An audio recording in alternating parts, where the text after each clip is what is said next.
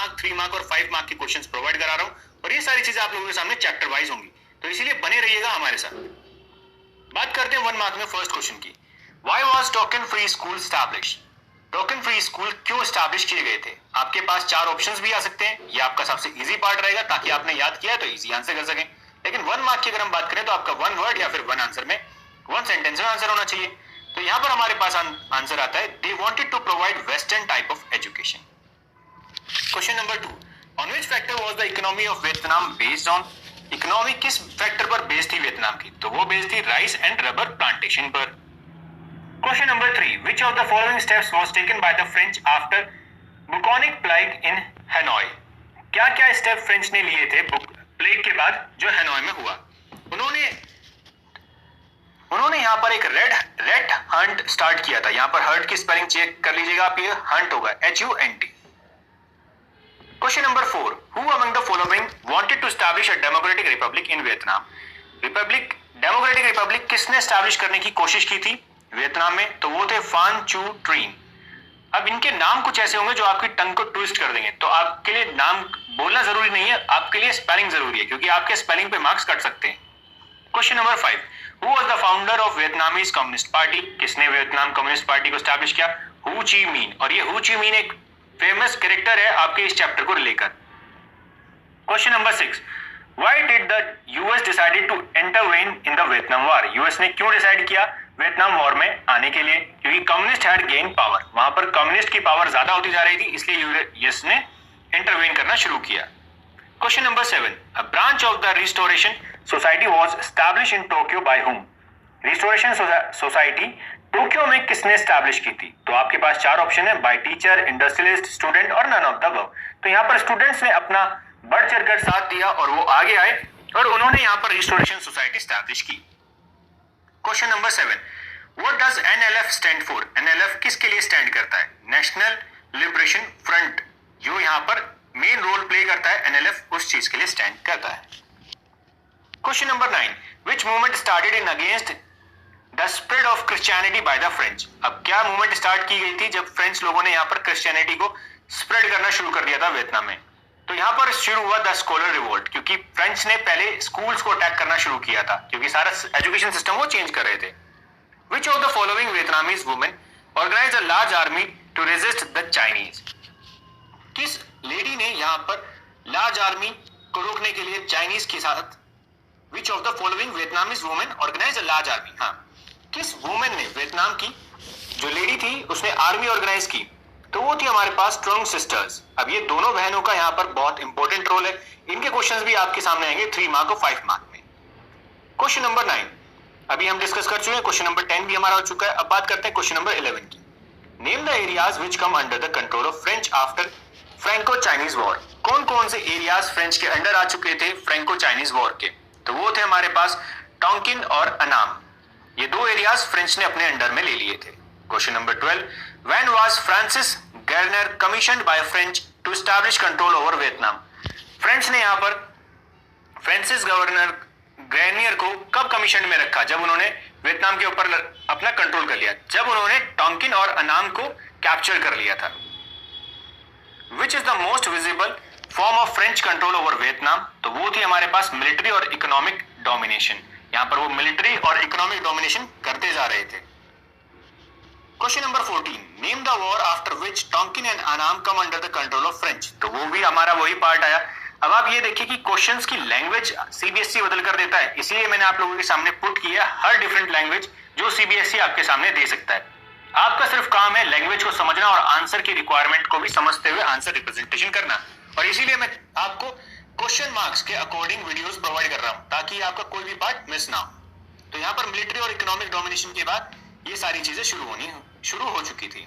Question number 15, in which year French establish a firm grip over the northern region of Vietnam?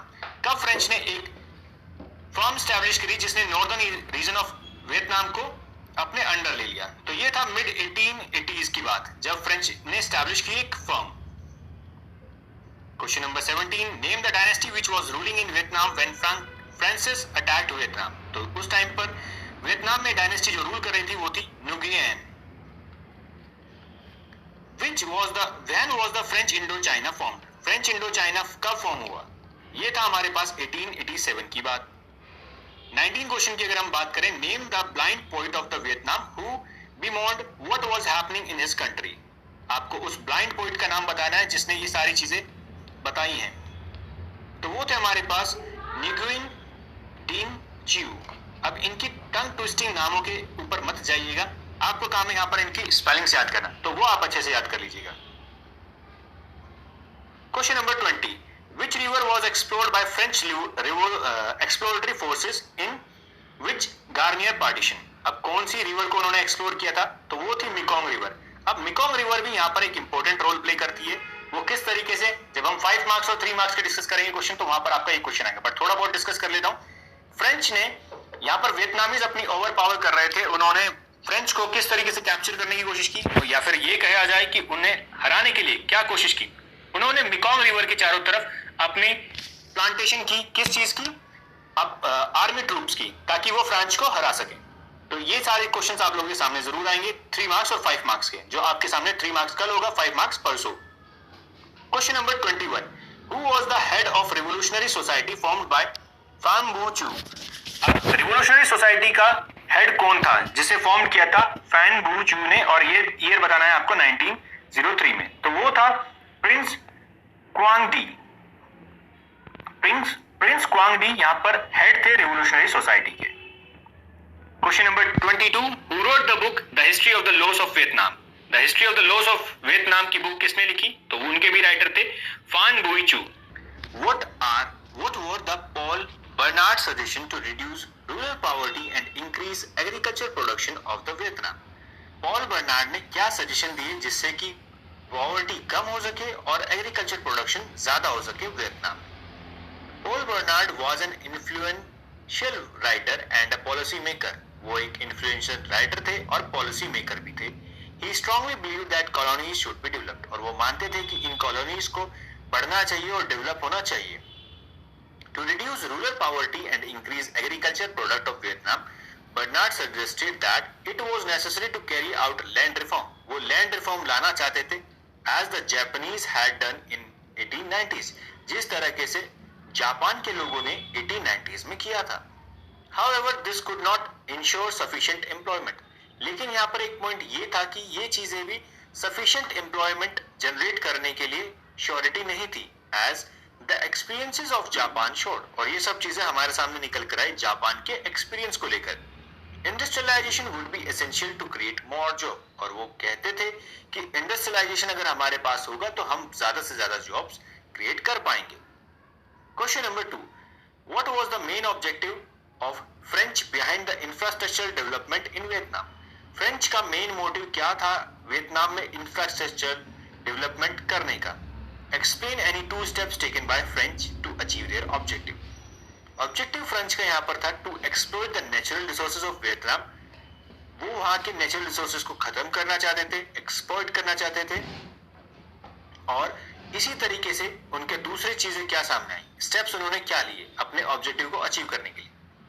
French लोगों ने वहां पर building canals and draining land in the Mekong delta, जहां पर उन्होंने Mekong river थी उसी के पास जो डेल्टा था मिकोंग डेल्टा, वहां पर अपनी कैनाल्स बनानी शुरू करी, ड्रेनिंग लैंड क्रिएट किया जिससे कि कल्टीवेशन इंक्रीज हो सके, और इंफ्रास्ट्रक्चर प्रोजेक्ट पर उन्होंने डेवलप करने का ध्यान दिया, और ताकि उनके जो ट्रांसपोर्टेशन ऑफ गुड्स है वो बहुत ज्यादा इजी हो सके। यानी कि यहाँ पर उन्होंने रोड कनेक्टिविटी की भी बात सामने रखी। The system of irrigation works, canal and earth works was built mainly with forced labor। और उन्होंने जो कैनाल्स और अर्थ वर्क्स वहां पर शुरू किया वो फोर्स लेबर, यानी कि वहां पर जो लेबर थे उन्हें फोर्स कराया जाता था, जबरदस्ती काम कराकर उन्होंने अपने काम को पूरा किया। Trans Indo China rail network was constructed. साथ ही साथ उन्होंने वहां पर ट्रांस चाइना का रेल नेटवर्क भी create. Question number 13, what was the approach of French behind the necessities of colonies. यहाँ पर फ्रेंच लोगों को नेसेसिटी क्यों फील हुई कॉलोनीज को डेवलप करने की। पहली बात तो थी कि वो एक्सप्लॉइट करना चाहते थे वियतनाम के सभी रिसोर्सेज को, जो नेचुरल रिसोर्सेज वहां पर अवेलेबल है, और कॉलोनीज को वो ये मानते थे कि नेचुरल रिसोर्सेज को यूज करने और अदर गुड्स की सप्लाई को करने के लिए कॉलोनीज फ्रेंच लोगों के लिए ज्यादा जरूरी है, ताकि वो वियतनाम में अपना दबदबा बना सके और इन चीजों पर भी कंट्रोल कर सके। दूसरी बात क्या सामने आती है, वो बेनिफिट करना चाहते थे अनसिविलाइज सोसाइटीज को सिविलाइज कर और इसी तरीके से जो यूरोपियन की ज्यादातर कंट्रीज थी उनका ये मानना था कि यूरोपियन कंट्रीज अफ्रीका एशियन लोगों में, यानी कि यहाँ पर जो अफ्रीका एशियन लोग रहने वाले थे उनको सिविलाइज कर सके, क्योंकि वो मानते थे ये लोग बहुत ज्यादा अनसिविलाइज्ड हैं और इन्होंने इस चीज को अपने साथ ब्रिंग अप करना शुरू हुआ और वो चाहते थे कि बैकवर्ड पीपल को सिविलाइज करना शुरू करा जाए। Question number 14, what fact will you highlight to explain the nature of colony economy in Vietnam? आप किस तरीके से एक्सप्लेन करेंगे कॉलोनियल इकोनॉमी इन वियतनाम में? Colonial economy of Vietnam was primarily based on rice cultivation and rubber cultivation. वहां पर सिर्फ rice cultivation और रबर कल्टीवेशन ही होता था। अगर हम बात करें अदर इंपीरियल पावर की तरह, यहाँ पर भी मेन ऑब्जेक्टिव फ्रांस का यही था कि वियतनामीज की इकोनॉमिक को interest of the mother country के साथ लेकर चले, यानी कि यहाँ पर जो जैसे कि राइस कल्टीवेशन और रबर कल्टीवेशन है, इन दोनों पर ही ज्यादा इंपॉर्टेंस दी गई। Empirical French exploit the natural resources of Vietnam with the objective to earn huge profit, और फ्रेंच लोगों ने यहाँ पर वियतनाम के नेचुरल रिसोर्सेज को एक्सप्लॉइट करना शुरू किया ताकि वो अपने लिए एक बहुत बड़ा अमाउंट प्रॉफिट के लिए बचा सके या फिर क्रिएट कर सके। French took some steps to develop the infrastructure of Vietnam with an objective to exploit the natural resources of Vietnam, और साथ ही साथ उन्होंने वहां पर डेवलपमेंट भी इंफ्रास्ट्रक्चर की शुरू की। French also want to establish their culture and tradition upon the Vietnamese, और उन्होंने ये भी माना कि वो अपना कल्चर और ट्रेडिशन भी यहाँ पर वियतनामीज लोगों के साथ बांटना चाहते थे। बांटना इन द सेंस यहाँ पर वो फोर्सफुली अप्लाई भी कर चुके थे। Question number 15, how did students in Vietnam fight against the colonial government efforts to prevent Vietnamese from qualifying for the white collar job? यहाँ पर वियतनाम के स्टूडेंट्स ने किस तरीके से अपनी लड़ाई लड़ी कॉलोनियल गवर्नमेंट के थ्रू या फिर कॉलोनियल गवर्नमेंट के अगेंस्ट में, ताकि वियतनाम के लोग भी व्हाइट कॉलर जॉब्स ऑब्टेन कर सके। Students inspired by the patriotic feeling of the conviction that it was a duty of the educated to fight for the benefit of society, वो लोग इस चीज को सोचकर ज्यादा एक्साइटेड भी हुए और आगे चढ़कर भी आए, क्योंकि उनका मानना था कि एक एजुकेटेड पर्सन का काम है अपनी सोसाइटी के बेनिफिट के लिए लड़ना, और इन्हीं सभी पेट्रियोटिक फीलिंग ने स्टूडेंट्स को कन्फ्लिक्ट में लेकर आए ये, ताकि जिससे फ्रेंच रिवॉल्यूशन फ्रेंच के साथ वो अपनी लड़ाई लड़ सके और एक traditional elite because both so their position threatened. यहाँ पर फ्रेंच ने भी और स्टूडेंट्स ने भी अपनी पोजीशंस को डर के रूप में देखा। वियतनाम के लोगों पर तो पहले से ही फ्रेंच प्रेशराइज कर रहे थे, और अब जब स्टूडेंट्स ने अपनी आवाज उठाना शुरू किया तो फ्रेंच भी यहाँ पर थोड़े डर गए थे। By the 1920s students were forming various political parties, उन्होंने अपनी पॉलिटिकल पार्टीज बनानी शुरू करी, such as the parties of young Annam and publishing nationalist journal, जैसे कि पार्टी का उन्होंने नाम रखा यंग एनान, और उन्होंने अपने जनरल्स छापने शुरू कर दिए। स्कूल दस become an important place for political and cultural battle, और इसी के साथ साथ स्कूल भी वहां का बहुत ज्यादा इंपॉर्टेंट बन चुका था, क्योंकि वहां पर सभी पॉलिटिकल एक्टिविटी और कल्चरल बैटल किए जाते थे। Saigon Native Girls School incident was a major protest erupt in 1926 against the colonial rule, और यहाँ पर लड़कियों ने भी साथ दिया अपनी लड़ाई के लिए और प्रोटेस्ट हुआ 1926 में कॉलोनियल रूल के खिलाफ। Question number 16, can you explain the subject matter of the book the history of the loss of Vietnam? क्या आप यहाँ पर एक्सप्लेन कर सकते हैं सब्जेक्ट मैटर क्या था? The book the history of the loss of Vietnam. And who wrote this book? फान बोई चू एक राइटर थे जिन्होंने इस बुक को पूरा अपनी तरफ से लिखा, the history of loss of Vietnam under the strong influence and advice of Liang Qichao. The book became a widely read best seller in Vietnam and China and was even made into a play. ये book बहुत ज्यादा famous हुई Vietnam और China में, और इसके ऊपर play भी क्रिएट किया गया। इस book focus on 2 connected themes, यहाँ पर बुक पे 2 कनेक्टेड थीम्स को फोकस किया लाया गया, the loss of sovereignty and severing of ties with China, China के साथ किस तरीके से उनके टाइज खराब हुए, that is ties bound the elites of the 2 countries with a shared culture, किस तरीके से 2 कंट्रीज बाउंड होती हैं अपने कल्चर्स को लेकर और किस तरीके से वो अपने कल्चर शेयर भी करती है। Question number 17, when and by whom, how movement was started, what were his views, यहाँ पर हुआ हाउ मूवमेंट किसके थ्रू स्टार्टेड की गई थी और कब, और यहाँ पर लोगों का क्या मानना था। ये मूवमेंट स्टार्ट की गई थी युआन फू के थ्रू 1939 में, और यहाँ पर क्या मानते थे, he was a great social reformer, वो बहुत बड़े सोशल रिफॉर्मर थे। He opposed the sale of child brides, वो बच्चों की शादी करने के बहुत ज्यादा खिलाफ थे। He opposed gambling and use of alcohol and opium, वो गैम्बलिंग, शराब और ओपियम के खिलाफ थे। He criticized useless expenditures, अगर कोई बिना बात के खर्चा करते थे वो उस चीज को भी क्रिटिसाइज करते थे। He was in the favor of helping poor, और वो गरीब लोगों की मदद करने के ज्यादा फेवर में होते थे। Question number 18, How were Vietnamese nationalists inspired by China and Japan to set up a democratic republic? किस तरीके से यहाँ पर वियतनाम के लोग चाइना और जापान से इंस्पायर्ड हुए ताकि वो भी अपने देश में डेमोक्रेटिक रिपब्लिक ला सके।